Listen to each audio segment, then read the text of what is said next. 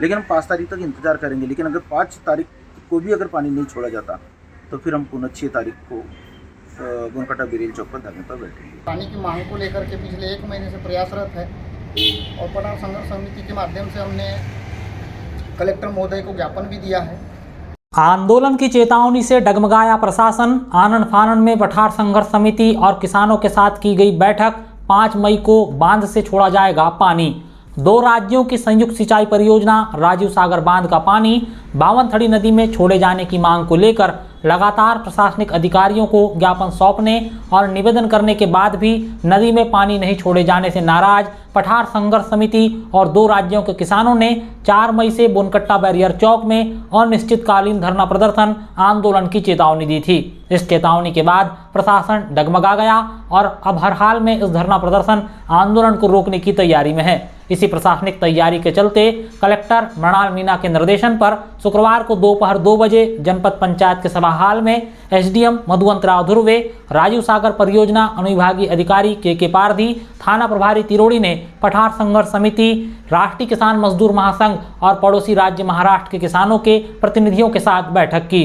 बैठक के दौरान अधिकारियों की तरफ से पहले यह भरोसा दिया गया कि 4 मई को पानी छोड़ा जाएगा। हालांकि इस बैठक के बाद राजीव सागर बांध के एसडीओ ने कलेक्टर से चर्चा का हवाला देते हुए 5 मई को पानी छोड़े जाने की बात कही है।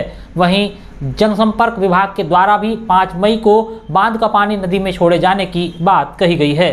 पठार संघर्ष समिति के संयोजक आंजनबीरी सरपंच दीपक पुस्तोड़े का कहना है कि फिलहाल के लिए 4 मई को प्रस्तावित धरना प्रदर्शन स्थगित कर दिया गया है, लेकिन अगर 5 मई को पानी नहीं छोड़ा गया तो 6 मई को धरना प्रदर्शन शुरू कर दिया जाएगा, जिसकी सारी जवाबदेही शासन प्रशासन की होगी। दीपक जी, जल संसाधन विभाग के अधिकारियों के साथ और एसडीएम के साथ आप लोगों की बैठक हुई थी, क्या निर्णय हुआ था और अब क्या हो रहा है? अभी कुछ ही देर पहले हमारी जो बैठक हुई थी माननीय एसडीएम महोदय जी और राजीव सागर परियोजना के जो एसडीओ पारधी जी थे और थाना प्रभारी महोदय थे तिरुड़ी वाले, उनके द्वारा यहाँ पे कहा गया था, जबकि दोनों राज्यों के किसान यहाँ पे उपस्थित थे, तो उसमें उनके द्वारा आश्वासन दिया गया था कि 4 मई को 11 बजे से 12 बजे के बीच में नदी को पानी छोड़ा जाएगा। लेकिन हमको अभी जानकारी प्राप्त हुई माननीय एसडीओ महोदय जी के माध्यम से कि माननीय कलेक्टर साहब का जो मैसेज आया है कि वो जो पानी है वो 1 दिन लेट छोड़ा जाएगा, यानी 5 मई को छोड़ा जाएगा, ऐसा हमको मैसेज अभी प्रसारित किया गया है। तो क्या आप जो अधिकारी के जो कथन है उससे संतुष्ट हैं? माननीय एसडीएम महोदय जी का हम बहुत मान सम्मान करते हैं, हमारे लिए बहुत अच्छे व्यक्ति है वो, तो कहीं ना कहीं हम उनका एक बार मान सम्मान करते हैं कि हो सकता है कि 1 दिन के लिए लेट हो जाए, लेकिन हम 5 तारीख तक इंतज़ार करेंगे। लेकिन अगर 5 तारीख को भी अगर पानी नहीं छोड़ा जाता तो फिर हम पुनः 6 तारीख को गोनकाटा बिरेल चौक पर धरने पर बैठेंगे।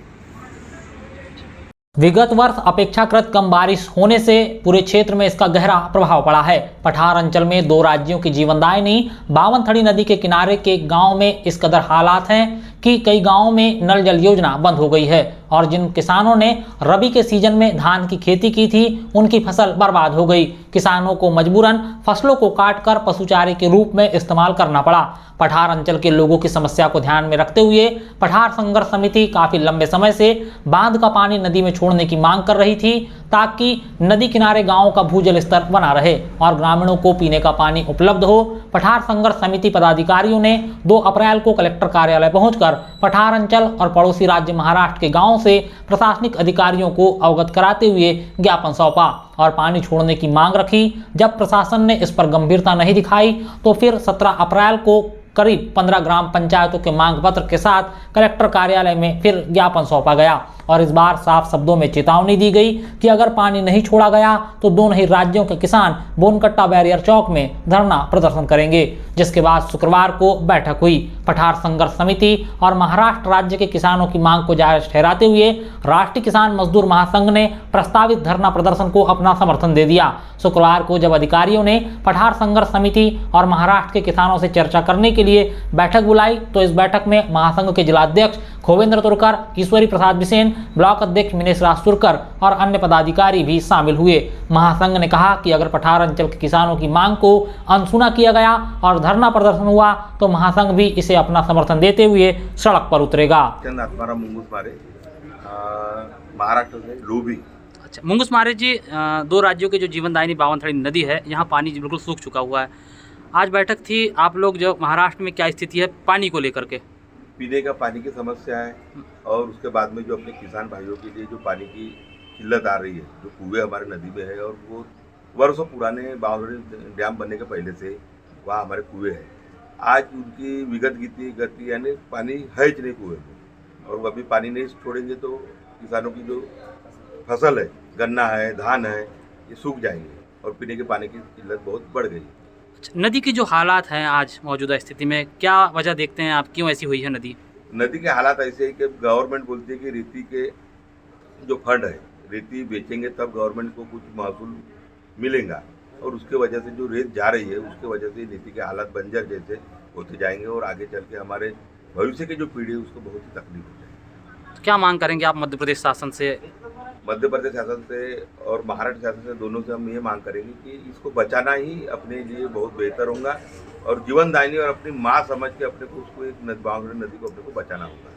महाराष्ट्र में किस तरह के आंदोलन चलते हैं जब नदियों की बात आती है तो? नदियों की बात आती है तो सब लोग मिलजुल के आंदोलन कर रहे हैं, पर सब राजकारण और इस वजह से और गवर्नमेंट के कुछ जो नियम है और धोरण है उसके उस पर सब चुप रहना पड़ा। अच्छा, आज जब अधिकारी ने यहाँ चर्चा हुई है आप लोगों की, तो अधिकारी से जब हम चर्चा कर रहे थे उन्होंने कहा कि हम पानी छोड़ेंगे, तो क्या अब इसके बाद किसान आंदोलन करेगा? नहीं। और महाराष्ट्र में हमने निवेदन दिए कलेक्टर साहब को, और मध्य प्रदेश में दीपक जी पुष्पदोड़े हमारे पठार समिति के, उन्होंने इधर मध्य प्रदेश कलेक्टर को ज्ञापन दिए। दोनों मिला के ये निर्णय लेने का काम, दोनों हमारे भंडारा जिले के कलेक्टर और बालाघाट जिले के कलेक्टर दोनों मिला के निर्णय लेते हैं। पर पानी छोड़ने का जो देखरेख का जो काम है मेन, वो आपके बालाघाट जिले के कलेक्टर साहब की तरफ है, और धन्यवाद के पात्र है दीपक भाई और हमारे जो अधिकारी आज बुला के हमको बताए कि अब 4 तारीख को पानी छोड़ रहे हैं, और हमारे लिए खुशी की बात ये है। आप मतलब अब आप आंदोलन नहीं करेंगे? नहीं, आंदोलन नहीं करेंगे, और नहीं छोड़ेंगे तो उग्र आंदोलन हम मध्य प्रदेश और महाराष्ट्र के लोगों को मिलाकर करेंगे।